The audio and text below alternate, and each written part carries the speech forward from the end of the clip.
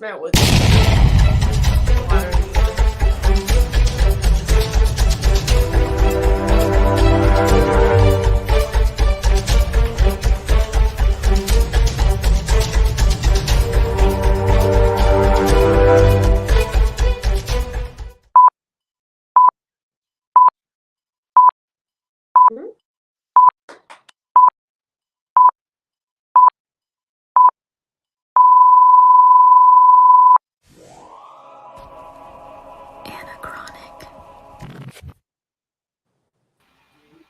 I just want to say thank you to my daughter who just graduated from medical school, the brand new MD, and she is the voice of Anachronic.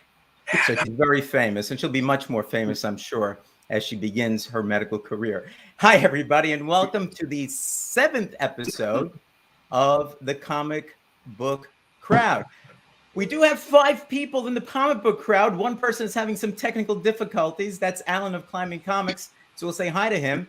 But let's start off to my left and introduce Wayne from Squirrel Madness Comics. Hi, everyone. Down that way, we have Matt Woods Comics. That's the famous Matt Woods Comics, excuse me. And then just having reached 200, now I guess you're plus subscribers, we have Master and Madam Blaster. So hi, how's everybody doing? Hey, excellent. Joe, Wayne, hey, Steve, Stephanie. Now, poor Alan was blinking away, so he said, Alan, you got to fix it. And he was fixing it and suddenly he disappeared. So I'm sure he'll be with us as soon as he has a couple of minutes to do that.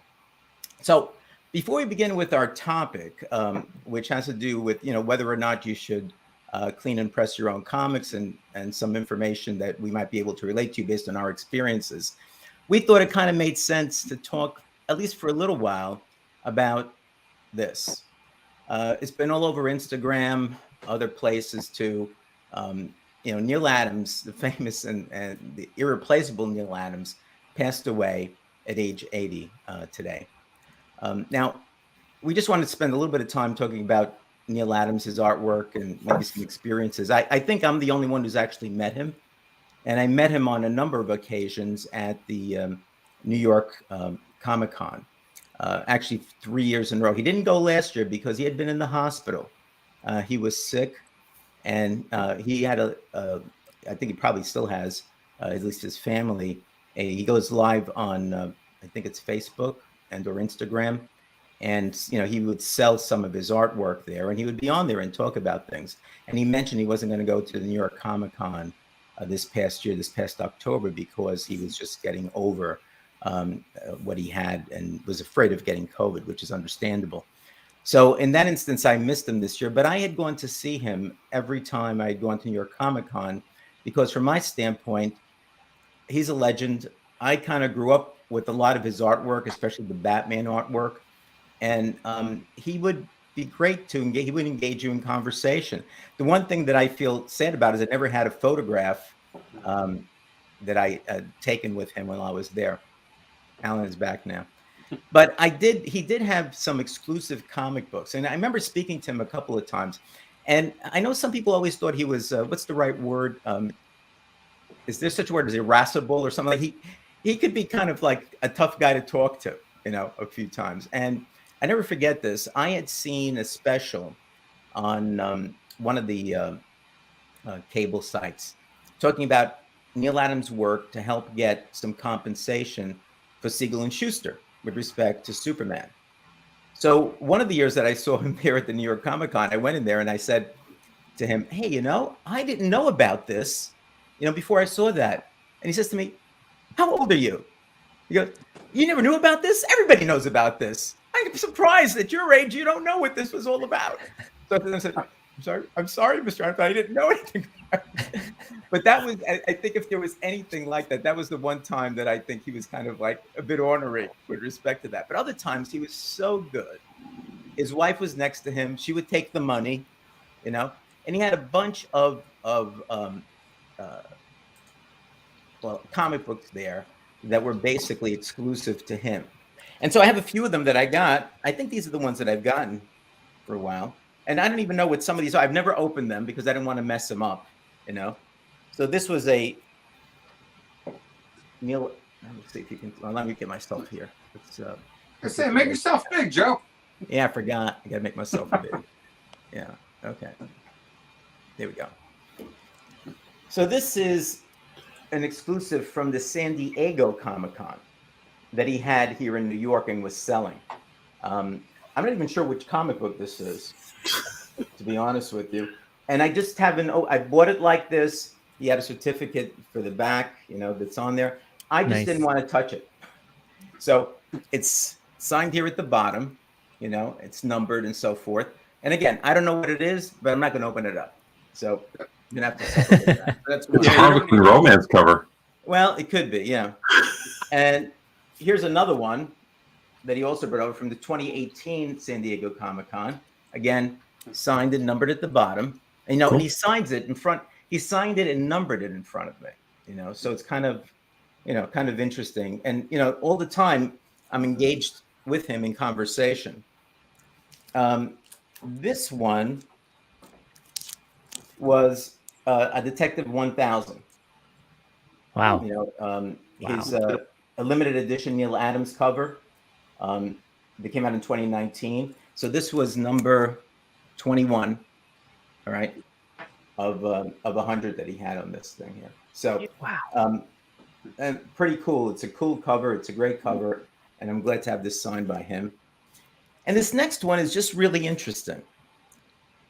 Batman versus Ra's al Ghul #1, right? Okay. Now take a look at this. And I have to tell you a story about this. He takes out a printing pad, right? And he has like some kind of a thing that he puts in the pad. And I'm saying, what's that? He said, I saw my daughter doing some printing artwork. And I asked her, what is that? And she showed it to me. I said, that would be really cool on this cover if I print when he pulls out the cowl and I put red all over it so it looks bloody. So I said, okay. So he took it out, put it up there, and he printed on that, and he put the printer on that. As he's talking to me he's going like this on the printer, Then he goes ahead and he signs it. This is another limited edition comic book from him. All right. Wow. So, it's kind of cool that he did that, and it was an interesting conversation that I had with him. So I would converse with him about different things, and talk to him about comic books. He would talk sometimes about life with you. He saw my age. I told him, he was obviously he was about 9 years older than I am, and we talked about some of the comic books that we did, that I read that were his, and some of the other things that I had. So always has kind of an affinity to him, about him. The other thing that I have that I got as a kid is this: Superman versus Spider-Man. Oh, that's great. Yeah. Now, the interesting thing about it was people were saying, well, but Neal Adams wasn't involved with this. Well, yes, he was. Now, I can't remember the whole story, but whoever was the inker on this was working with Adams. No, I can't remember the name of the guy, and I should remember it. But he was working with Adams on Adams' company that he put together. And when this came up for him to ink it, Adams saw how Superman was drawn on the cover and in the interior pages, and he didn't like it. So what he decided to do is to kind of draw over all the Superman figures. Okay, that's what the story is. All right, and so he had one of these for sale, which of course I didn't buy because I already had one. So I asked him about that, and he says, that's what people say, is what he told me. So because I think he did that, kind of quote unquote illegally. I don't know what you want to say, but I'm pretty sure the way he reacted to it, that it was probably true. And at least that's what the story is. So That is story. incredibly ballsy to do that to another artist, to draw over their work. Woo! Right. And so when he said he wasn't going to go to this year's, I was kind of bummed because he never was in the artist gallery. He was up with the vendors, and he always had a corner piece that was huge. And so the first year when I went, I was looking in the artist gallery all day for him, and I couldn't find him. And I went upstairs to say, okay, let's see if I could buy something. And lo and behold, that's where he was. So the next couple of years, I'd just go there and I'd find him there, and I'd always buy something from him, and have him sign it and just talk to him for 2, 3, 4 minutes, however long it happened. Nice. you know. And his wife was kind of funny. She would take the credit card and run it through the machine. He didn't touch anybody. He didn't care anything about that. He cared about, you know, talking about the comics and stuff like that. So to have him, you know, pass away, I know he was sick. I think his daughter said he died of sepsis or something like that, which is not a good thing, you know. But it's unfortunate because he was still, you know, still drawing and, you know, still creating stuff up until, you know, just recently. And if you went on his site, you could buy stuff, you can commission stuff. He had a style that, you know, he just knew was his style. He knew it was his style. That's my story. You're the only one who's met. So.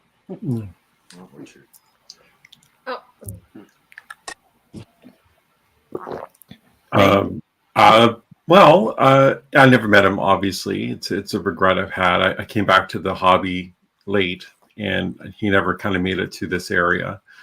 So I never got a chance to meet him, even though, like I said on my Instagram post in a tribute to him, that, you know, he and Carmine Infantino are my two favorite artists. And the thing I said in there that I think is true, when you think of certain characters like Batman and Green Lantern and like Superman, and you close your eyes and you picture that character in a comic book setting, like the visual image of a comic book setting, you think Neal Adams version. I find I do. Like, I close my eyes and I see Neal Adams Batman, I see his Green Lantern, I see his Superman, and that speaks volumes to the impact he's had on comics and generations of comic artists. And so I some people may notice I actually have some stuff on my wall. I had some other stuff before, and I'm gonna try to figure out how to move my body out of the way. So yeah, so I put a little Green Lantern. Those are great books. Great books. Yeah, they're all ones I bought over the last few years and pressed and cleaned them all myself. And same with these ones. And this one here, this Action 1000, is actually the only signed Adams book that I own, which is a shame. Over time, I'm going to try to get some more. But that's his cover for the Action 1000 signed. And just even stuff that you don't normally associate with Neal Adams in a way, but he had such an impact. Like even like the Tomb of Dracula 1. I mean, Tomb of Dracula, it wasn't really a book he was associated with, but his #1 cover is so iconic. He was just fantastic. Like everything he did. And speaking of treasuries, I couldn't fit it on the shelf, but I have his Superman Muhammad Ali treasury, which is also just fantastic. The details of where he drew all the celebrities in the audience from the 70s watching it. You could like look at the picture and know who that celebrity was. He was so talented. It was amazing, and I think it's a great loss to comics, and his legacy is incredible. So, yeah, I think along with Kirby, he was kind of, you know, one of the icon, at least in my era, like growing up in the 60s and 70s and that type of stuff. Yeah. On DC, I always thought about him, and on Marvel, I always thought about Kirby. Those are kind of the two, the apogee, in my view, you know, of artists. Yeah. Yeah, there's an upper pantheon of Silver Age artists, and he's clearly in that very, very top circle of the best ever. So, I mean, and I think Wayne hit it right. When you think of Batman, you think of the Neal Adams stuff, and I don't want this to be a, you know, let's look at this book and this book, but, you know, I saw that book right behind you, Wayne, you know, the first Raja goal, but I absolutely love this 227. That's a great cover. Yeah. You know, I honestly, Denny O'Neil wrote some great books here, but I don't collect Batman. But I just love this cover, this homage to Detective Comics 31. I just love this. I was able to actually, last fall, I was able to trade a book to Aaron from AA Comics just for this book, because I was on a hunt for this, because it's just such a great piece of art. You know, the guy was, you know, incredible. I never did get to meet him. I do know people that worked with him, you know, and they had a lot to say about him. So, but I'm a Conan guy. Everyone knows I'm a Conan guy, but that's not all that I collect. But honestly, the new Conan the Barbarian that came out a couple years ago, Neal Adams did a cover on it, and I absolutely love it. What impresses me about Neal Adams, it's not to Conan, but the guy was drawing in the 60s, 70s, 80s. The art that he was putting out, just within the last year or two is still phenomenal, top of the line talent for many, many years. And that's rare. I feel like a lot of artists, they have their peak period and then they kind of just live off that notoriety that they had from years ago.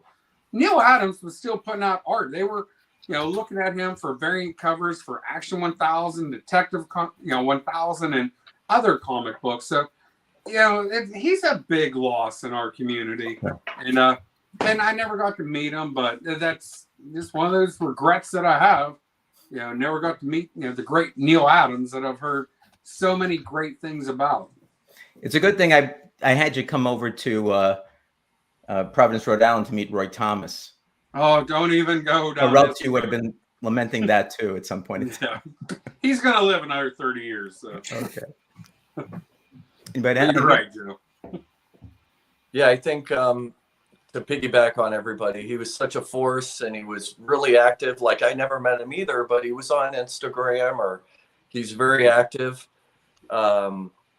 Definitely think of him when I think of Batman, and when I think of Spider-Man and Romita Sr. To me, they're the two guys that I really enjoy the art. And in these moments, I have this renewed appreciation. I'm going back and looking at the books and things and just really appreciating what he brought to the community. So, yeah. Okay. All right, guys. Anything, Alan, you want to throw in with something? You're the young guy here, so you probably don't know anything about it. Yeah, no, it's funny because, I'm kind of jealous about how much you guys know about the history of all of these, artists and creators. Like, when I first started getting back into the hobby about 3 years ago, I read the novel, like the Marvel novel about like the history of the company itself. And my friend Johnny told me about the DC version of it as well. And I listened to some of the audiobook of that as well. So I would always hear his name. And then so just like seeing how iconic these artists were at that time and how they've gone through generations and generations of different people that read comics, I could kind of see where you're coming from, Wayne, when I close my eyes and I think of Batman, right? Obviously in like the 90s and 2000s, it's Jim Lee kind of when he moved over. But before that, obviously, like that's the Silver Age comics books that I try to collect in terms of DC are the Batman comics. And it's funny because I looked back at my boxes today and I realized I do have a couple of the Neal Adams books, but I didn't like realize it. But then that was like the Batman I thought of in my head, because like, I go to the store, cover by, and it ends up being Neal Adams.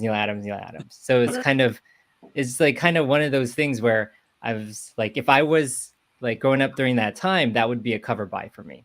That would be definitely like draw me in. So it's really sad to hear about him today. And I just posted about like my Batman 400, the Man Bat, and it just is like a coincidence. And it gave me a little bit of pause and a little bit more research, and it gave me that like kind of more sense of community because everyone was kind of surrounding his story.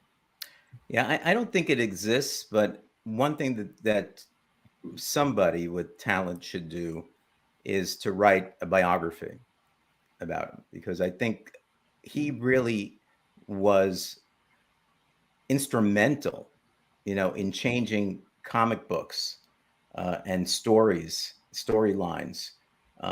working with Denny O'Neil back in the day. And I think that, and plus, as I mentioned, it was mentioned in the chat, all the work that he did. I mean, he tried at one point to unionize the artists, which didn't work, but he was one of the people instrumental in having the comic book companies agree that the artists would own their artwork. So that kind of came out of that whole unionizing type of thing that was there. So people know about the Siegel and Schuster stuff, but they don't realize that, right now, unless if they do it electronically, my understanding is the company owns it. But if they actually draw it with pen, pencil and pen, the artist retains ownership. And of course, then they could sell it. And people like Master Blaster will buy them at exorbitant prices, which helps them make money. I'm sorry. For the artist to be able to retain their work, that's a huge deal. Yep. Yeah. And I get it why the comic companies own it. They're paying for it, so I get contracts, all that stuff, but that was a huge win for artists whenever he allowed the publishers to let the artists keep their print, the rights to the work. Right. That's it. All right. Well, let's give a Matt Woods to Neal Adams. Whoa, man. Neal. Rest in peace, Neal. Yeah. We love you. Thank you for everything. Yes. All right. Now on to a less exciting topic. All right. So our topic today has to do with cleaning and pressing your own books. This lessons learned. Okay. So, I can certainly talk a little bit about that. But how many people here clean and or press their own comics? Raise your hand. Clean. Clean, Alan. Good. Past tense. Clean. I stopped, and that's going to be part of my story. Okay. So Madam and Master and Madam Blaster are super wealthy and just hire people to do it for them, right? Is that right? I clean the clothes, okay? So And this It's the video, same thing. You take an iron to a comic book, it works. It could work. press. stop, But, man, yeah. stop. But no, we do pay for clean and press, and we'll talk about that when it's our turn. All right. Well, I guess I get started off, but so I have been cleaning comics for a while. I've started to press, but I don't feel that comfortable with it yet. So I'm not even going to get into that. Although I have two presses. I did not know you have two presses. But I Wow. bought a press, and I forgot I bought it. But one of them is small, okay? Like for one comic. But the other one is a larger one like Matt Woods has for two comics. So since I'm going to have two homes, may work out, may work out. Anyway, Yeah. but I as I was mentioning to a couple of guys here before we went live, coincidentally, a friend of mine had asked me, do you clean comics and press them? I said, well, not kind of pressing, but I do clean them. And he asked me if I would do like a series to show how I clean comics. So I said, okay. So I'm planning on doing that at some point in time, and going through it and actually getting a comic book and maybe doing a couple of episodes just to clean it, pretty much for him or anybody else who wants to see how I do it, And I do have a kit that's here, and I go through what I have in that. But what I found is that you really have to understand what you're doing with cleaning. And I don't clean any modern glossy comics. All right. I mean, I wouldn't even know what to do with them because if you do anything with that, the gloss will come out. Yeah. And for the most part, if you grab a new comic and you bag and board it right away and so forth, it should be okay. We're talking more about I have a lot of silver and bronze age comics that are dirty, basically stained a little bit and that type of thing. And you could make it look a lot better, using some of the material that are there. So I'll talk about that a little more in like my videos. But I mean, when I go through it, I mean, I have a number of things in here that, I mean, this is stuff that people don't like. I think Wayne, you mentioned you don't like this. I think at one point, if I remember correctly. No, that's the gel, right? You use to peel Well, the. it's kind of a putty. It's like a putty, yeah, that you put over the book to. Yeah. I actually don't use it. Yeah, but I find that this is pretty good, actually. It's Yeah. not that bad. So I have that. I have my trusty little flashlight. Nice. I got this It's professional blinded us, Joe. thing, And so I have a bunch of the things in here. yeah. The high polymer erasers are important, Yeah. and it's really how you use them and where you use them to make sure that it works really well. And so I found that works pretty good. I think I've done a decent job on some of them. So I think I'm going to take a book and kind of go through it and just do videos on that and see how that works out. Anyway, so I don't press. I've tried some pressing, but the thing that I press most successfully is making the T-shirts that I've made. I use the same press machine to do that. Nice. So that's kind of my story on that. I have a few other things I can say, but I'll give it off to anybody else who wants to pick up on it. I'll take up on it. Okay. All right. Cleaning and pressing. What? And this is such a new thing for me in comic books. Okay, I've never got out of comic books, but I really wasn't paying attention to online stuff. I wasn't, I was doing my own little thing. I started watching this cat. What's the guy's name? Reggie. Reggie Collects. Does that sound right to you guys? I don't know. So I'm watching this cat, and he's like talking about pressing comic books. I actually had no clue what he was talking about because he did an introduction. Stay tuned for my pressing video, and I thought it just meant that it was exciting or something like this or big news. No, it was like he's actually taking a heat press to these books. I'm like, whoa! He's getting all these wrinkles out of it, and I was like, I need to explore this, figure out what the heck this is. But I'm going to say phooey to you, Joe. Glossy books absolutely need to be pressed because... No, I'm not saying press. I'm saying cleaned. Clean. Oh, I thought you said press. I was like, what are you talking about? They need press. Yeah, especially with Marvel. I don't want to badmouth Marvel paper, but it's horrible, okay? You buy a brand new comic book right off the shelf, and that paper, it's wavy. It's pretty low quality compared to the other comic books out there. But, like I watched Reggie's videos on how to clean a press, and I actually went as far as buying the press that he has because I have a whole video library that I can go back on and try to figure out. So none of that. He talks about put it in a moisturizer bath so that whenever you press it, and I get it's like clothes, you sprinkle water on clothes so you get the steam to get out, to make it flat. Honestly, pressing comic books is the same thing as ironing clothes, okay? And if any of you guys were ever in the military, about pressing clothes, okay? And it's, it's just something that is ingrained in you.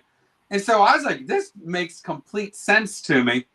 Now, I have taken some books that look pretty beat up, and I've made them look pristine.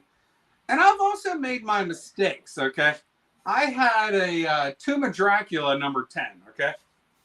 It's a little key from the 70s. I don't know if you guys have ever heard of it. But anyhow, this Tomb of Dracula number 10, I absolutely detached the cover from the rest of the book, okay? So there can be mistakes to be made in this, but it's a fun part of the hobby. Now, I look at it, okay, we collect comic books. I love to organize comic books. That's part of the thing that I enjoy. And there's other things I enjoy, but pressing comic books, it's like a whole other avenue that you can explore in this hobby. And you're sticking with your collection, and you really get to know these books. One thing that I will say, anyone who ever starts pressing comic books someday soon, anyhow, I'm pointing at somebody. Anyhow, what I will say is you will start noticing things about your books you have never seen before. You will know those books better than you might have that book in your collection for years. You will start noticing the tiniest little spine tick or wave in the cover, and you're like, how have I never seen this before? But it becomes an art form all in itself, trying to learn how to get this type of defect out and get this defect out. It's a lot of trial and error. And honestly, it's kind of fun, especially if you have an old beater comic book that it's in your collection. It's never going to be worth anything, but whenever you can bring that thing out and you make that into a 9.0 or whatever, where before it was a beat up 5.5 or, I'm just making up a grade. But when you can make an old comic book look pristine, there's a real sense of satisfaction about that art process. So I kind of look at pressing as an art form in its own right. Do you Pretty find fun. cleaning or pressing more difficult? I don't clean because I think that is more difficult. I've ruined a couple books, and they were beater books, and I would experiment with them. But there's a couple times I would be trying to do it right, and I would still be messing it up. And I'm like, I don't feel comfortable enough to clean. How about you? I agree. I agree that cleaning is harder. That's why I've kind of focused in on it. But there's some things you can do with cleaning that's very simple. For example, if I get a book like at a flea market or something like that, one of the things you could always do to begin with, and you could do this on anything and it's not going to hurt it, is just get a like a cotton pad, and just go over the cotton pad straight like that, on the book, and you'll see all this dirt coming off. I mean, it's amazing. And you're not pressing or anything, you're just going very lightly over it. So when I buy stuff from people like older books or I get books in through the mail, that's one thing I do almost immediately. Matter of fact, I'm down to like my last 5 pads. I have to go back to the drugstore and buy, the cheap, to buy another one. Just kind of go over it like that. And you can use it like a microfiber towel as well. I just like to throw mine out so I don't have to worry about washing it later on, But I do use the microfiber towels after I do some of the other stuff, because you want to make sure you get all those little pieces of, either eraser or something off of there, because if you don't and you press it after that, it'll go right into the book and you're killing it. Yeah. Harbor Freight sells these microfiber cloths for super cheap. Love them. Right. Nice.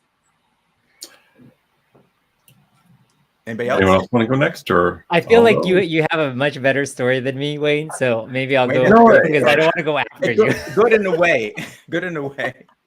Well, okay. So I've been pressing and cleaning for, I don't know, 2.5 years, 3 years. As a matter of fact, my press is right beside me. I'm even going to take my camera off. That's my press. Oh, wow. And it's actually the same one that Matt probably has. And as a matter of fact, my computer is currently mounted on my moisture bath box to raise it up. So I'm not showing it to you, but it's actually like right underneath my laptop. I started out with, just beater books. What can I do to make these better? And I did numerous beater books, clean them up, press them, and then gradually worked my way up to more expensive books that I'd want to consider submission to CGC. And for quite a while, I was doing well. If you look at my old videos, I was getting some decent grades back on some books, and I was very, very happy with the work that I did.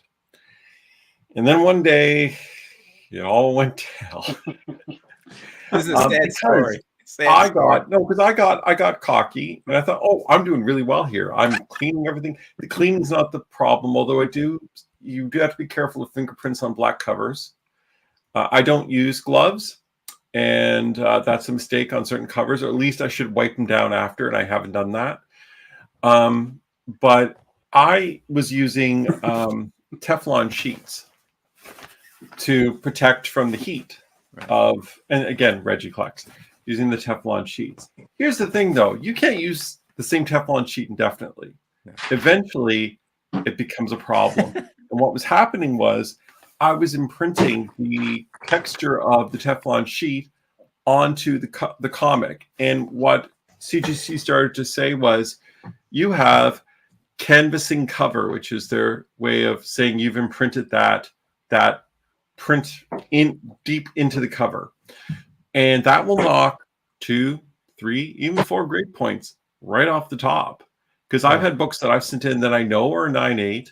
I got them back. I actually have a box of books from CGC. I know the grades are not what I want them to be. I've never opened it. It's been there for a month because I can't bring myself to do it. So I'd get like a 9.0 or a 9.2 on what should be a 9.8, and you look at the greatest notes, and all it says is canvassing cover. So there's nothing else wrong with that book, except if I'd sent it in without pressing it, I would have got a higher grade than the fact that I pressed a book. And many of those books are books that if they're a 9.8, they have some value. If they're a 9.0, they're below the value of what it cost you to actually press that book. So I ended up shipping back and forth to Canada, complete waste of money. And I have about 60 other books that I pressed in preparation to go when I first found out about this canvas and cover problem. So now I have to figure out if I can undo the mistake that I've made, or I've screwed up all those books. Because I don't know. Everywhere I've looked, nobody says, oh, you can undo that mistake. So you know what? Hubris, I thought I knew what I was doing, and I made a huge mistake. So what I've gone and done is I've actually purchased from Uline That's it. parchment paper sheets. Yeah, I just have to really teach myself how to properly press my books in a completely different way than I have. And to be honest, I haven't pressed anything in about 5 months because I got hit so badly that it's completely screwed up my confidence in doing it, that I've just froze and I've stopped and I can't bring myself to do it. So what I need to do is get back on the horse and learn how to press differently, and take a few of the ones that I've done that I know are wrong, that I've made a mistake, that I've already pressed, add it to some ones that are pressed brand new, and send them in and see if I can undo my problem. But at the end of the day, what it comes down to is the cleaning actually doesn't bother me. Oh, sorry, Matt. I was going to say, Wayne, I noticed I did that on some books. You can correct it. I've absolutely got that canvassing out of a book. Tonight, I'll tell you how I did it and how you can do it. Okay, great. Because I've been I can't even tell you guys how that really affected me to spend that kind of money to then get a response. And the first batch I got back, I knew the mistake was there, and I knew I had 35 more books waiting to come back, and I knew they all have the same problem. And I had to wait months for the punchline, and I got it back, and it was like, so I some of those books I'm actually, if I can actually undo the mistake, I will crack some of those and send them back in out of spite just to see if I can fix it. And I got tons of books that I have to press and clean. I just, so it's a learning. That's my thing, is it's a learning experience. And just because you think you get a few good grades back, or you think it looks good, it may not be. Like, you really got to learn from your mistakes. Before you give us the secret, Matt, I just want to say one thing. When I watched, the way I discovered Reggie was through the same videos that you're talking about, but like everything else, I guess it's kind of my nature, and I always did research and everything like that. The one thing that Reggie talked about was reusing that, parchment paper or silicone sheet or whatever else. Almost everybody else that I see says use it once. Now, I'm not saying you can't use it more than once, but they do it. They mention for that same exact reason, Wayne, that you had the problem. Yeah, they take it when they do it and they crumple it up and throw it out. So Uline, you could buy either 50 sheets or 100 sheets from them, and they're a very good brand. I have a bunch of them downstairs as well, and so I think you could use it a few times, but you can't really use it a ton of times. You got to throw it out after maybe once or twice or 3 times at the most. So the Teflon is a little different. Like, it's much thicker. It's more of a plastic. So this I was reusing a lot, and you can reuse it numerous times. You just have to kind of cut your losses and go with a new sheet. Whereas the much thinner parchment paper, I bought 1,000 pack from Uline, and it's in Canadian. It was about $120 plus shipping for 1,000 sheets, and that'll last me a very long time. And those I would be a one use and toss. Right.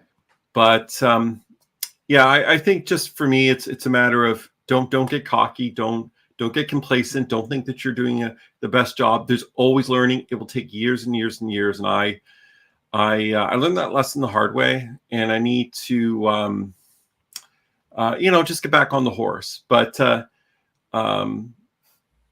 there's something else I wanted to say. Don't remember what it was. It was something about something Matt said earlier, and I wanted to jump on that, but I actually can't remember what the heck I was going to say. So, I had a question for you, Wayne. Like, when you did these books, I'm not trying to pull up old wounds, but when you did these different books, are they all kind of from the same kind of generation of comic? Like, that they're like the paper is the same type. Like, they're the same thickness, page count. Actually, that's interesting, because they actually range from Silver Age to Copper Age. And the newer books had the impression on the cover, like 1980s, especially, it would be a thing. If you go back to like late 60s, because I had some stuff like I have a oh, I was about to point it because I took it off my wall to make the Neal Adams wall, but I had a Iron Man Submariner one shot #1, and I thought it was like a 7.0. I got an 8.0, and all the books from that kind of late 60s, early 70s to mid 70s never mentioned canvassing cover in the grader's notes. Oh wow. It's only the newer books, or newer for me. Yeah. I mean, anything from like 1979 onwards is new. Were newer, and they had the issue. Wow. Okay.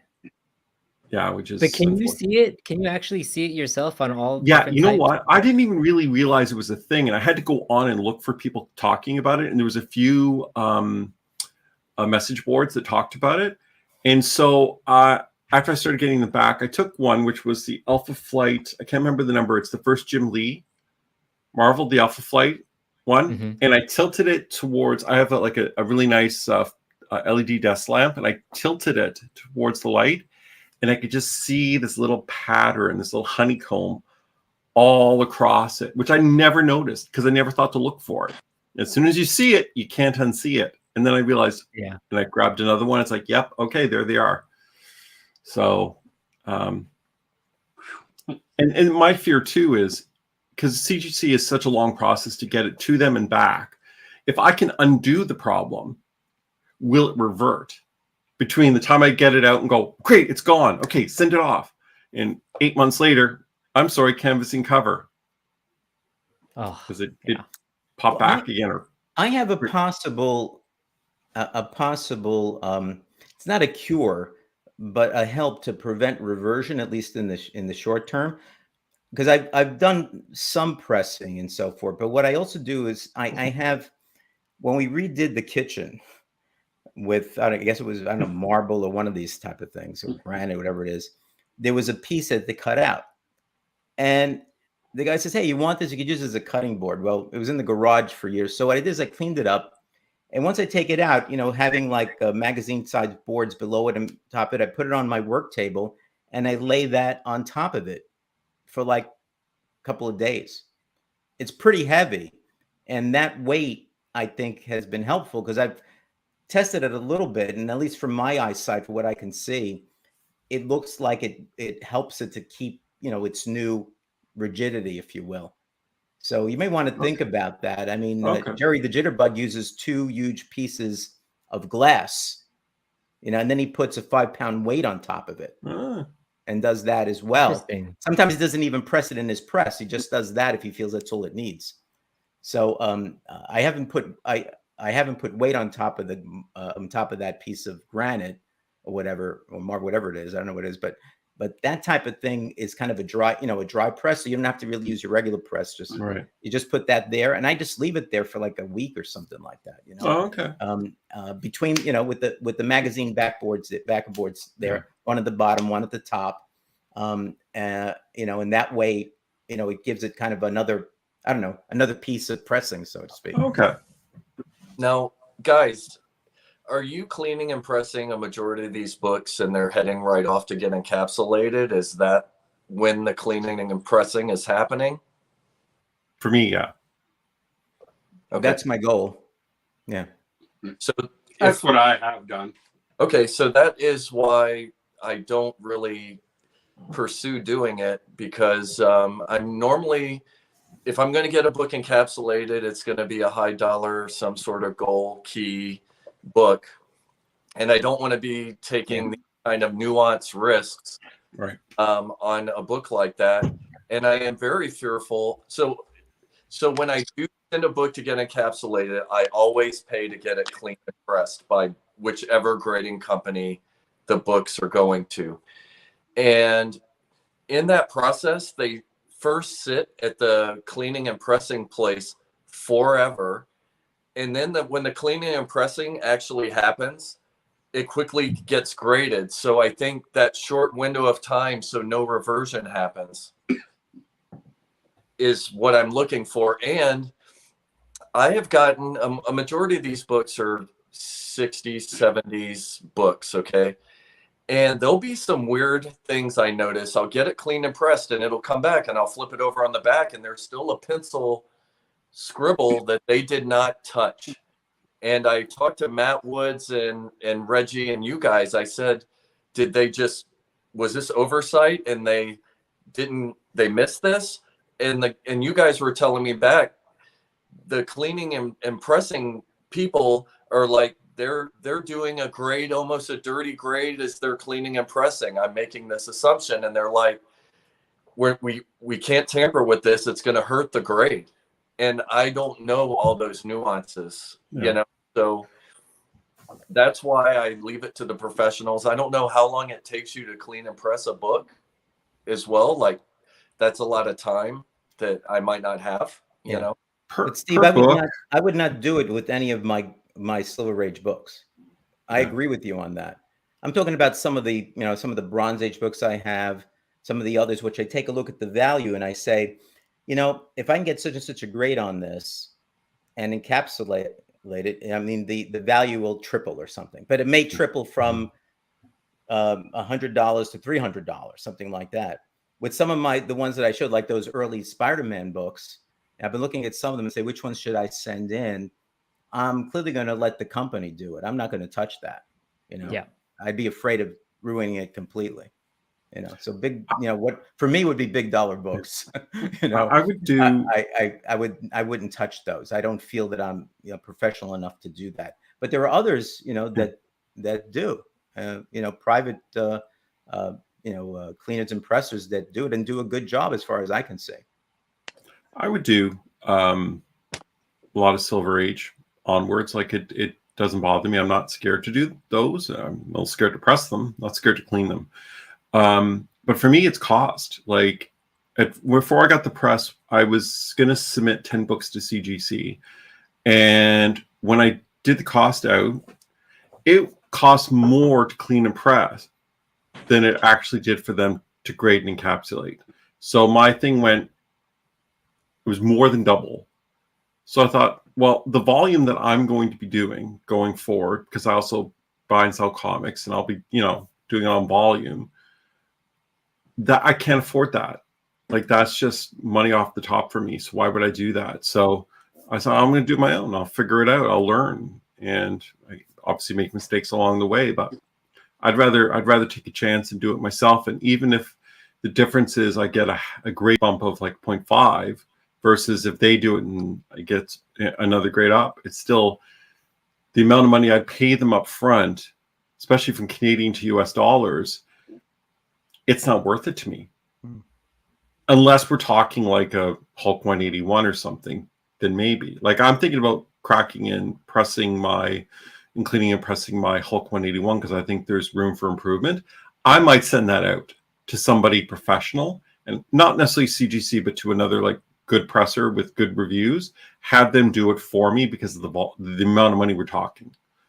Okay. Anybody that would send a Hulk 181 to be cracked and pressed is nuts. They're absolutely insane. Wait, has anyone in here ever done that? I'm not sure. Anybody? Yeah, I got a grade bump. I mean, obviously, all my yellow labels, they have to go to that company, or I lose the signature authentication. But yeah, no, it's been an amazing experience for me. That makes sense, Wayne. If you're going to do bulk, that makes total sense. So, Madam, want to say anything about? I think that I personally think that from an artist standpoint, I think that like in restoration and in terms of art, because the comic books are pieces of art, I think it's best to leave it to the professionals, because you would hate to like accidentally ruin something if you don't know exactly what you're doing. And so I think it would be worth the money to send it in and have it professionally cleaned and pressed if it's a valuable book. Yeah. I know I'm not touching any of her artwork. I'm hands off. All right, we'll get. I'm sorry, my Spider-Man 5 or my FF3 or my X-Men 2. I'm not going to touch those. No, those are different. Yeah, I mean, so those are the ones I'm talking about. Yeah. But some others, yeah. I mean, I think I'm getting pretty good at the cleaning thing, so I wouldn't mind doing that if I can feel comfortable with the pressing. I would do it with some, some that might be of some value, I think. But but not those. Not those. I mean, I think I would just get them cleaned and pressed by somebody else or the company or something like that. I mean, it's like the signature series. If I send something in for a signature series, I was doing cleaning and stuff myself, not the pressing, but I did some cleaning myself. But I realized that, and I remember sending in some really kind of pristine comics that I had bought. I looked them up all over. You know, they were brand new Mike Zeck Punisher covers that I got from his website. And one came back a 9.8, another one a 9.6. But I didn't have the company do a clean and press on it. You know, and so now, ever since that time, if I send one for that, I have them do a clean and press, because as they handle the stuff, and you watch it when Reggie was down there, right? What, I forget who the guy was. He had like sign this one, sign this one. I mean, I couldn't find anything wrong, but obviously there was something there that the grader had seen, and I think that's the issue. I mean, I think because they're handled, you want to make sure that before they get graded, they're in the best possible condition that they can be in. Yeah, I think for me, I'm going to flip the apple card here. Okay. This is what I do. All right. So I know that there's a couple artists, you know, right here to the next to me that are amazing at their fields that they do. But I'm going to say this. You're like, hey, let it to the professionals. Well, there was a point that those professionals didn't know, you know, their rear end from a hole in the ground, okay?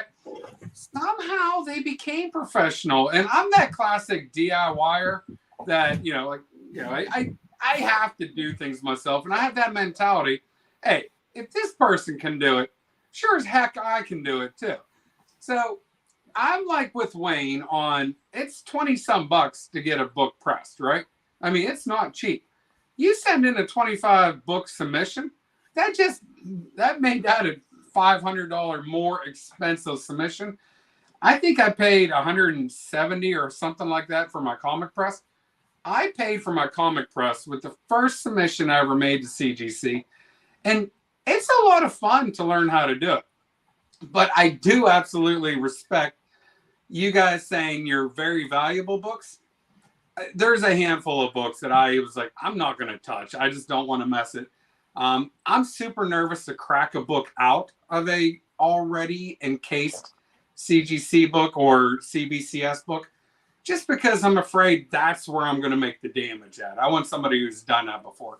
But Wayne, that, what do they call canvassing? Okay, the canvassing issue. All right. You use this on the outside. You are going to get that canvassing grid pattern on the outside. So are you showing the Teflon one? Yes, I'm showing Teflon paper. Now, oh yeah, that's the parchment.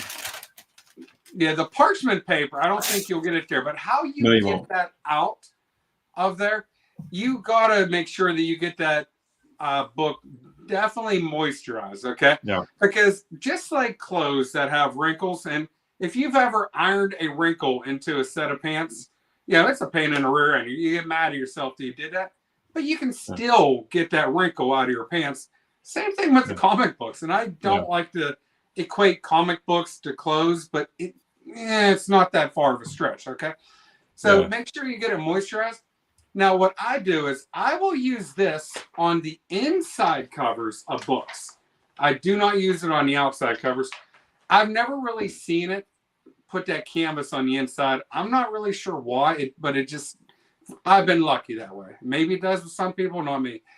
Anyhow, I will take a backing board. Now, I'll use a magazine-sized backing board, and I make sure that I have that thing wiped down with microfiber to make sure that there's nothing on there, like there's no specks of dust on it. If you take that book that you already have the canvassing in with backing boards on both sides of it, that's how I have been able to get rid of that canvassing.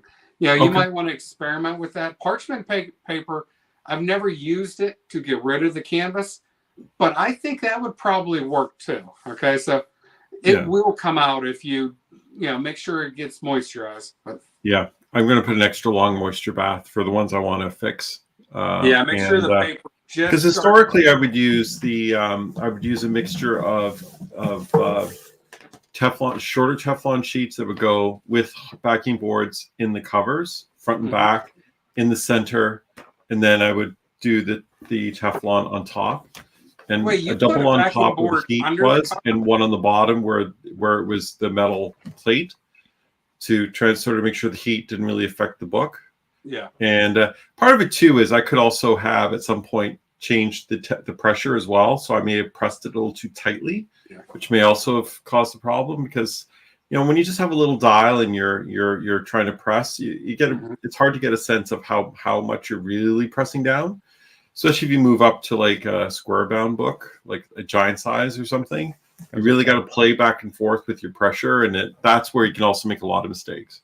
Did I hear you say you put a backing board under the cover?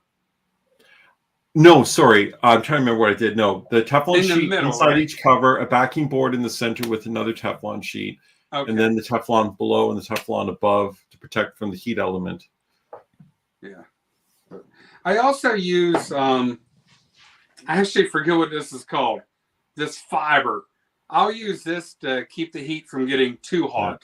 I forget what this is called. It's on those videos Reggie has, but it doesn't melt under the heat. Yeah. And then, that's obviously a good thing. So it's not synthetic fiber. I just forget exactly what it's called, but I'll put that on top of the backing boards just so that the heat, isn't too intense on the book itself. Yeah.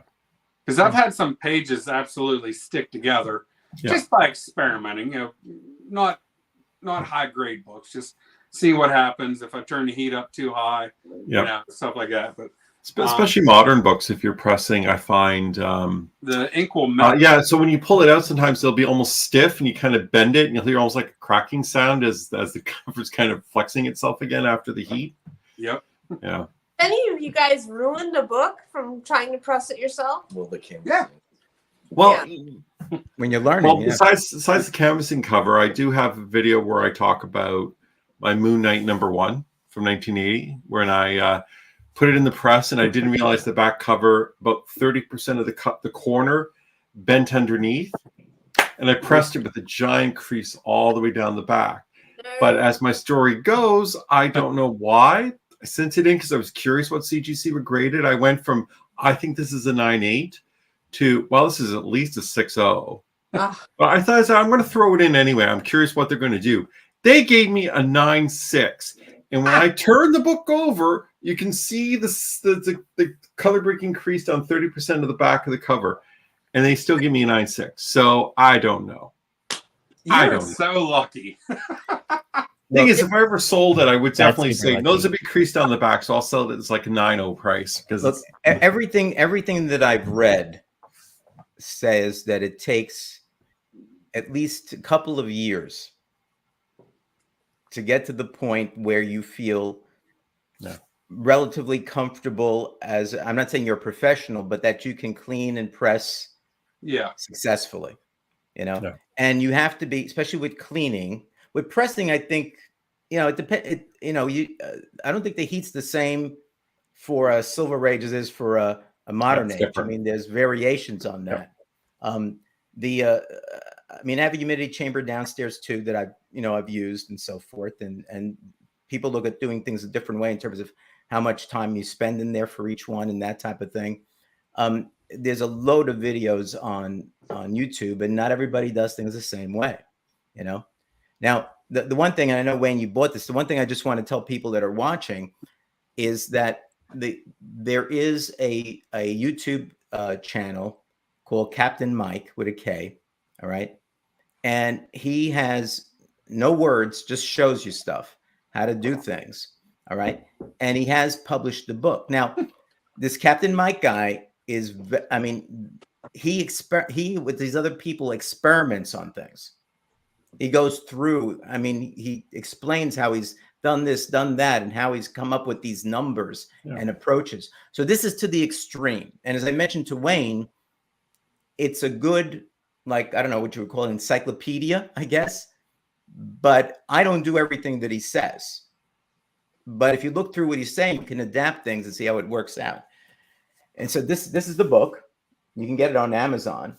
Yeah. And the interesting thing about it is, let me see if I can show this here. And he has a second book just on cleaning, I believe. That's a very amazing, interesting thing. I've been looking at this, But for example, he talks about quick pressing and other times relatively pressing. So here's just one. Let me make myself larger here, so I can show this a little bit better.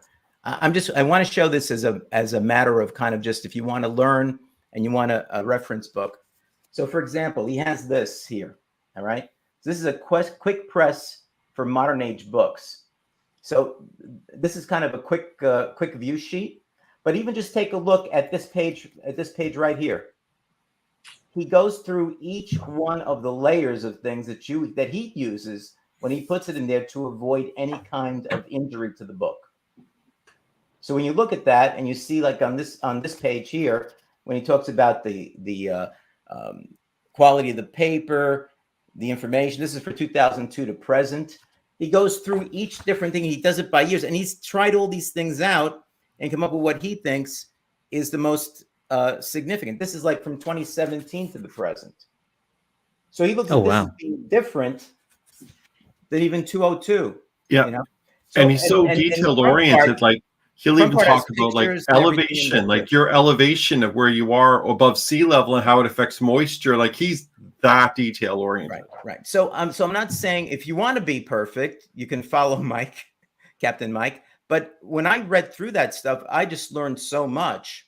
And I was trying stuff. I was looking, and I looked at Reggie's, look at other things like that. And not that it's bad, but in terms of looking at things, that's why, when you first told us about the issue you had, Wayne, and I showed you the book, I just said this, I'm sure that in here there's something that he's talking about so as to avoid this type of situation. Yeah. And with him, it's basically one use, and get rid of this stuff that's there. And he explains that that's the reason why.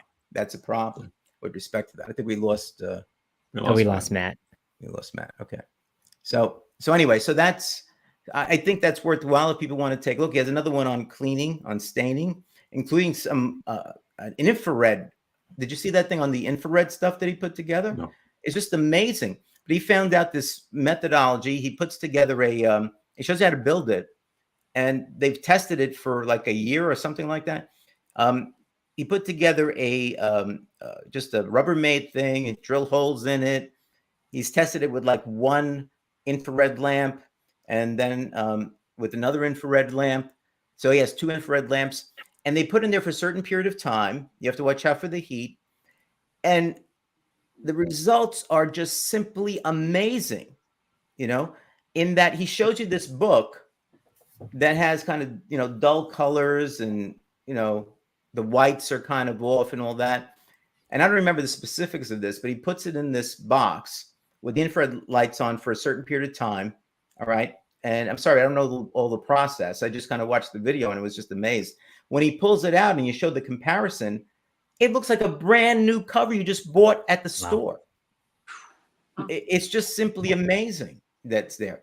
So, I mean, if you really want to get involved in doing these things and becoming high tech, this is like 21st century stuff. It's really amazing. So I feel pretty confident that this guy and the people that work with him know what they're doing. And so from a standpoint, and there's other books there too, but from the standpoint of really having kind of a reference, there's an index there. You can reference things, issues, see what he does, and you can kind of follow along. And you could take whatever advice you want from him and do whatever you want. But I found it to be just amazing and intriguing with respect to that. That is fantastic. I do want to mention that the manual to disarm bombs is about half that size. Right. Okay. Yeah, I have that somewhere here. No, but that brings up a really good question, though, because if you do that method, I'm sure no one at these major big companies are spending this much time and effort to get your books to be the best it can be. They're basically saying, will it get you this grade? If we're not going to make it any worse, let's push it through, kind of thing. Because I feel like those types of books and those types of methodologies are if you want your book to be like, if they went even more granular than like a 9.6, 9.8, if you wanted to get like that granular, then you would see people doing like that type of methodology. For me, I'm just like taking like erasers. The funny thing is I actually took like, this is my tester book. It was like a Green Lantern, like really faded, like 50-cent book from my LCS. Everything is like kind of messed up, but I was trying to like take out all of the this like the dirt from the back cover. It's funny because like you guys did mention about having like these pads with shaved eraser in it. In the beginning, I had no idea what cleaning was. I was looking up like museum level cleaning, and I actually so I bought this non-abrasive like document cleaning powder that I used once, Right, and I I was saw like, that. this is the same as an eraser. I was like, so Exactly. it's always that how far do I want to go? I don't need my books to be this clean. What I've done is I've kind of taken so I know many people use microplanes for like, you know, if you want like some of the lemon rinds and whatnot. But I basically, you could see like these little shavings. I would shave off some of the like the Rubber eraser, grip. put it on there. Right. Yeah. So I use like, maybe I have so much of this, but I use probably less than half a tablespoon. And it's like knowing when too much is knowing when enough is enough. I think that's also part of cleaning, because you know, there's only so much you can do at a certain point. So I myself stopped cleaning because I did rub a little bit. This is the one that kind of made me go away from cleaning, because I rubbed a little bit too much and I took off a bunch of the orange part, and you could really tell that I saw the orange on the eraser pieces that fell away, and I was like, oh, I was just trying to get the dirt, not the actual cover. Some people say you could use the erasers on color, but I don't. That's smart. That's why I use the absorbing putty. Yeah. You know, and I use that. Probably best. And that, it looks like it's not working, but it does. You just got to keep doing it for a long time. But on the white, the eraser stuff works really well. You know, I wanted to ask you guys, because we always talk about cleaning and pressing, but we only talk about the covers. Is there anything that can be done with any interiors in interior pages, like, you know, that rusting or the foxing that kind of bleeds? I've always wondered that. I've never done anything to. I'm not an expert. I don't think there's much you can do. Like, I have also tried to clean inside covers as well. Okay. Like if you open up a front cover and it's a white ad, like maybe like a Charles Atlas or some other sort of muscular man ad that I might enjoy. I do try to clean the whites around a little bit, especially if there's sort of the foxing in the cover might bleed over into the top of the. So I'll do that, but the pages I don't touch with the 10-foot pole. With the pages, I just need, because I don't think the pages get a lot of the focus from the graders. Because if it did, it would show up in the grades. Like when they talk about foxing, I always think they're talking more about cover foxing than interior pages. Yeah. Well, Alan, that methodology that I spoke to you about with the kind of the infrared type of lights, that actually does help the interior pages as well. Oh, the interior. Nice. Okay. At least what I remember. You could look it up. I mean, I think it's KaptainMyke's on YouTube. I think it's season 3 that he has, you know, but I would look at it. It's KaptainMyke's with the K, and Mike, I think it's with a Y, M-Y. And it's just like, I don't know. It's just kind of such an interesting approach. And it's just amazing. It makes me want to go out and build one, but I'm not going to do it. You know, so. Well, I want to add that I would never do it with the Golden Age book. I would let somebody else do Golden Age, just for the record. Do any of you guys have any book or books that you've pressed 100 times to just experiment? You mean the same book? Yeah. I've done it where I've maybe pressed something 3 times. 3 times. If I see like something I think come out doesn't come out, then I'll do it more than once, but not more than about 3 times. Then I start to get weird about it and I stop. I have one book, and I don't care if I destroy the book. I mean, I bought it to experiment on, but I'll put wrinkles in it on purpose, and I'll repress it, and I'll see, oh wait, this didn't come out, and so I'll try something new with it. You know, put the backing boards or the Teflon paper or change the heat. But I've been experimenting with that book for honestly almost 2 years now. And that one book I've learned so much from just by experimenting. Stephanie, you asked if we've ever ruined a book. I did one time, like a legit book of mine. I ripped the cover off, and it was already mostly off to begin with. But most of my mistakes, they were on that one book that I've experimented with, plethora of times. But by the time I actually do a legit book that I want to send off, I kind of know what I'm doing, at that point. But Wayne, you say you haven't pressed in like 5-6 months? Yeah. I would start over again. I would start over with garbage books and work my no comics are garbage, but books that are really beat up that are just, dollar books. I would start over. I would literally start from scratch, start experimenting again with a new way of doing it, and not press anything of any value for probably at least a couple of months, and just keep doing,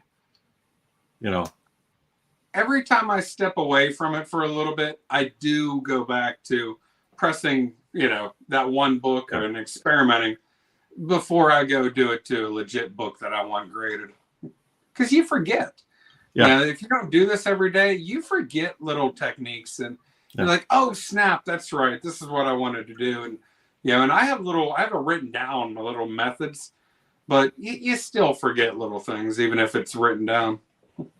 I wanted to comment on Mark's statement. It goes back to your question, Alan.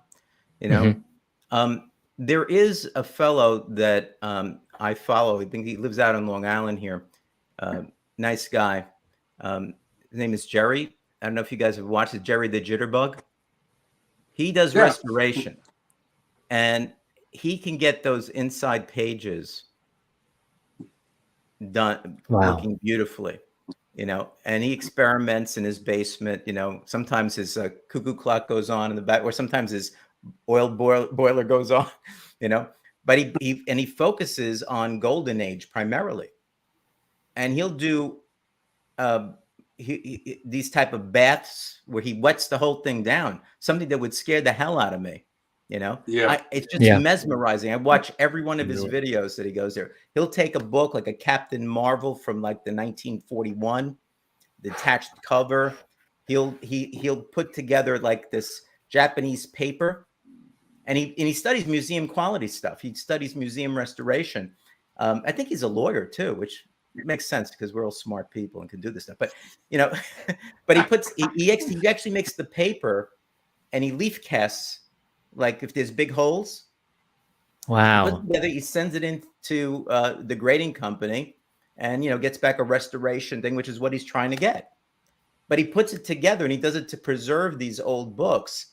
But he does wonderful work with the inside part of it as well. Though he focuses mostly on the covers, but he'll do stuff on the inside as well with these baths that he does. He'll take the whole thing apart, and if he has like a rusty staple, he does a certain thing, so he knows which staple's at the top or staple's at the bottom. Rusty staple, right? And he'll go ahead and he'll clean the staple. Use the same staple, put it in. I mean, just amazing. So if you want to see something like that, I check out Jerry the Jitterbug's YouTube channel. Okay, we'll do. Okay. Since you wanted to highlight Mark's comment, can we highlight Jackson's comment again? Which one? My favorite one from Jackson Roy Kirk.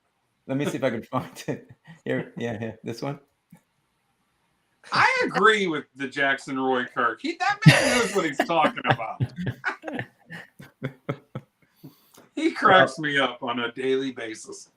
Yeah, well, that's good. Can I ask? You guys have mentioned Wayne. You're like you would send a big book to a third-party clean impressor with a good reputation, and I know that you guys in the past have sent your books into the grading companies to get that service done. Do you have any comment when you receive the book back and you do like you inspect it after the fact? Do you have any comment on those services from the companies? Good, you're happy with the results even though it's expensive, or you were unimpressed? Impressed. Truthfully myself, I'm trying to remember if I ever did have them ever press anything for me, or because when I first started sending stuff in, I didn't even know about cleaning and pressing. I just sent my books in. And then I think I was going to get them to do it. And then I did the math and went, wow, that's another $800 American on top of the 500 for, and I said, nope. And then I think that's when Daniela was kind enough as a gift to start me out, bought me my press. So shout out to Daniela for buying me this press. Oh. Yeah, so I don't think I ever did use them in the end. I've heard mixed reviews. Like I've seen a lot of people talk about on Instagram what they've gotten back, and it's been hit and miss, I think, for people. Some people say they do really well. Some people say, I don't see an appreciable difference. And some people will say, I got back a book that was actually in worse condition than when I sent it to them. Oh, wow. And, Not what did they do? Put it in the bird cage first and then put it in the grader? So I don't know. That worries me. Like, what if someone is pressing and cleaning their own comic, they send it in and they give it a great grade, and then they transfer that and they sell it, and then it's really not, professionally done. That doesn't matter. Doesn't matter if it's once the grade is there, that's the grade. Yeah. For purposes of value, anyway. I mean, the only issue really is if there's any reversion in the case that becomes visibly noticeable, where it may have looked at one point looked like a 9.8, now it really looks like a 9.4. Like that could happen. Yeah. But that would happen even if they did it, to be honest. So the grade's the grade. Although when you look at my Moon Knight, the grade is not the grade, because frankly that should not be a 9.6. So See, Matt, you had good results, right? I've been lucky. I 100% have been lucky, but I look at it like this. I've saved hundreds, if not thousands of dollars. I think I'm a little slight professional right here. That's what I'm saying. Not legit, but I like to think that in my head. Flame Brain, he has the same press. Wayne's actually the one who told me the model of the press I bought. So, because I had to ask Reggie, so what model do you have? Because you can fit two on at once, which is what I want to do. Because you can get those ones that slide over and press down, but they're smaller and they can only fit like one book at a time. Right. And I'm like, no, I need to do two at a time. So I want have the same press you have. Yeah. So there's some really funny people here in the chat today. No, I do have a little conspiracy, and this is tongue in cheek. I know when the books go into the grading side or the clean and pressing side, and they cross over the grading side, that it's all anonymous and all this. But I know that those press books get carted in on a yellow cart, and the ones from Canada come in on a green cart, and they know the difference. The graders, okay. I'm just, that wouldn't shock me. Open. That wouldn't shock me. Yeah. I just say it's that Wayne guy again. Let's look for those little like lines and stuff on the guy. Well, CBCS, for the record, I don't think they have it anymore, but they did open an office in Oakville, Ontario, for Canadian submissions to go to Oakville. Then they got sent down to the pressing office, came back up to Oakville, and then were shipped to Canadian customers. I never used it, but I'm hoping one day CGC will open a Canadian office. That'd be nice. And just also, Mark and Steve and I had made jokes about starting a Canadian grading company to make life easier for Canadian folks. I found out there actually is a brand new Canadian comic grading company. Really? Canadian Grading. I think it's called Canadian Grading Company. No, Canadian Grading. CGC. Yeah, no, CGR. It's Canadian Grading. It's like CGR or something. Or is it in French? No, it's Grading Canadian Groups like GCG or something. I can't remember. It's out of BC. They literally have just started. And there's an auction house in BC that apparently started this. They've started doing sports cards about 2 months ago. Now they've expanded to comics, only for their customers. But they're going to expand, as far as I understand, to the general public. But they don't even have a website yet. But the auction house is actually starting to sell graded books from them. Oh, so I don't know. I mean, So I think that's it's kind of something that interesting. nobody's So- going to buy, or they're Yeah. not going to buy for the same value Yeah, because Yeah. nobody knows these people. But that's right. but they're encapsulated. They've got a label on the top, and I think the first set of stuff is being sold at auction in early May from them. So we'll see what happens. More players. Yeah, it can only make the products better. Yeah. Well, what I see now is I have to speed up my pressing practice here, so I can catch up with Matt Wood's professional pressing service. Yeah, right. Yes. I'm You the could guy do who 3 at a ripped off the time too, cover of Joe. Tomb of Dracula. I could do 3 because I have a small one and the double one now. So Yeah. the double one's still in the box. I'm gonna have to pull it out. I forgot I had a press. Matt, Who forgets they had a press? Matt, you and Genome Presents did a really cool experiment last year with Secret Wars #8 that was really fun to watch, where you That was improved. a fun video series to do back and forth, but his Yeah. childhood favorite book that got ruined in a flood. So that was a Oh. lot of fun. I told him to send me a few more books, but he hasn't done it yet. Okay. Anything else before we close up for the day, the night? I want to thank everybody that's in the chat because those guys are hilarious and they always have really great comments. So, guys, shows like this aren't possible without the great people in the chat. Just being awesome, viewers, and add to the conversation. Yeah, I want to thank everybody as well. I mean, it's great. We have a few people that always show up, which is terrific. Yeah. And we have a lot of people that watch on replay too. So I want to thank them if they're watching on replay as well. All right. So as I'm looking at everybody here, everybody has a YouTube channel, but it looks like it's just me and people down here that are publishing right now. So hopefully we get a few from some of you guys here. So Master and Madam Blaster, Madam and Master Blaster. So 200 plus. So let's Oh yeah, congrats. congratulate you on that. That's great. So we're looking forward to get to 300. I have pulled back a little bit, as I mentioned. I stopped doing my Monday show to the lament of Pretty Fly and a few other people. But when Pretty Fly wrote to me, he goes, "So how do you feel now that you did?" I said, "I feel liberated." Feel liberated. So I've been putting out like 1 a week and stuff like that. I might put out 2 if I feel like the need to do it. But I've started doing my singing lessons, some music stuff like that. Nice. I'm doing some more family things, and that was the thing that I thought I needed to do. I needed to step back a little bit, but I still have a lot of things I want to do. So, for example, coming up this next week, we have the new Doctor Strange and the Multiverse of Madness movie coming out. And so I went through my comics that my mom let me keep. Figured I should do another episode of it. And I pulled out all of my strange tales that I could find. Ooh. And We Silver Age Nice. Strange Tales. so I'm going to put it together. I already made all my notes out. So I'll probably maybe tomorrow or Monday put it together. And on Wednesday, that'll be out.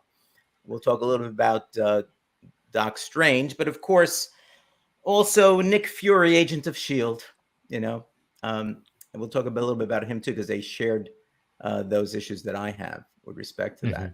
So we'll try to make it kind of time appropriate. And if I do my thumbnail correctly, everybody will think it's all about Doctor Strange and the Multiverse of Madness and come and watch it. So, Yes. So we'll do that as well. So anybody here in the chat, Wednesday, Strange Tales, the comics I'm going to keep, episode 11, I think, would be. Nice. All right. And so, Blasters, you want to give us a hint on what might be coming up this Friday? We'll have a video this weekend, but we are preparing to head off to Florida. Oh yeah, that's Unveil. right. And you're gonna do a video on that too, right? We will do a video, and we'll get that out there to share her amazing artwork. So we're really looking forward to that. Thank you for everyone that supported us, members of the community that like pushed us over the edge. Everybody in the comments, Over the edge. But we've been having a lot of fun. Cosplay's coming. We have cosplay coming, and a gold book's in the mail. Oh yeah, That's right. excited for that So too. that looks good. Very good. Yeah. All right. Anybody else? Matt, you are you thinking about doing a video or something or what? You know, I have like 10 videos that I have like ready to like start filming, but I'm in the middle of softball season and it is super time intensive. You know, I'm coaching some girls that are absolutely putting out their heart and, you know, a lot of effort. And I got to make sure that I'm, you know, doing what I can to help them. So it's been taking up a lot of my time and energy. So, and that's important. That's important. Yeah. You're doing Hopefully some good work. I get a video out for next week. It's more important to do good works for the girls than to put a video out for us. But don't forget, we have that video series that we talked about, like, what was it, about 10 years ago to do? So when you got some time, we have to do that video series. We need to talk about that because I'm actually stoked about that. So let's make that happen. Okay. All right. Once you get some time, let me know and we'll make it happen. Wayne, Alan, any last words? I filmed a video 4 times and then I deleted it because I didn't like it. I wasn't happy. I did it at 2 in the morning. It didn't come out the way I wanted it. I could do it again. It's basically my sugar box. Oh, okay. Oh, So I might still do that. I mean, it doesn't match other people's sugar boxes, but it's mine. Oh, So I might still do that, and I might do an unboxing of that CGC box that's sitting here for a month full of stuff that I'm not happy with. Yeah, that's all. Sometimes on Instagram posting. If you want to reach me, that's where you can find me. And tomorrow I'm going to a small show / con about 20 minutes from where I live. So nice. Should be small, be in and out in an hour. There won't be much there. It'll be mostly toys, I think, but there should be some comic vendors. So good. Yeah. Good. Somebody's getting makeup put on him right now. Pop in. Quick pop in. Say hi, Daisy. Say hi. Never. Hi, everybody. Hello. Hey. Hello. That's why we don't do cleaning and pressing around here. Smart move. Enough stuff. Yeah, and I guess for me, yeah, I'm, you know, there's those ebbs and flows in content creation. I'm in that ebb right now, trying to like rekindle that fire to make more videos. So you know, the ideas are written down. It's just that I need to, you know, get myself to do it. So they'll come out at some point. We know that'll be great. Don't worry about it. All right, guys. So this is the episode 7, and as a recap, we did talk a little bit about Neal Adams and his, in our view, untimely death. That's right, 7. See, Matt Slessor uses hands and fingers to count, right? I need them. You need 'em. And then we talked about our own foibles on cleaning and pressing. Everyone except for Matt Wood's professional pressing services, which Yeah, right. you know. And I heard Matt is I'm just charging cheap. double I'm not what the paying companies anybody. charge right now because of the expertise that he lends to each press that he does. Right? Yeah. All right, guys. All right. So everyone, thanks again for showing up and for the comments. We really appreciate you. And we'll see you next month. And again, if you have a topic, we got one suggestion, which is on our list now. But if you have any topic that you think you'd like us to address, let us know. You can get us on Instagram. You already know all the places that you can get us on Instagram, but I'll set up the stuff underneath, which I forgot to do beforehand, with our links and all the rest of that stuff. Let us know what you think you might want us to address, and you know, we'll consider it and put it on a future show. So with that, we'll say good night to everybody. Good night, everybody. Night. Good Thank night. you.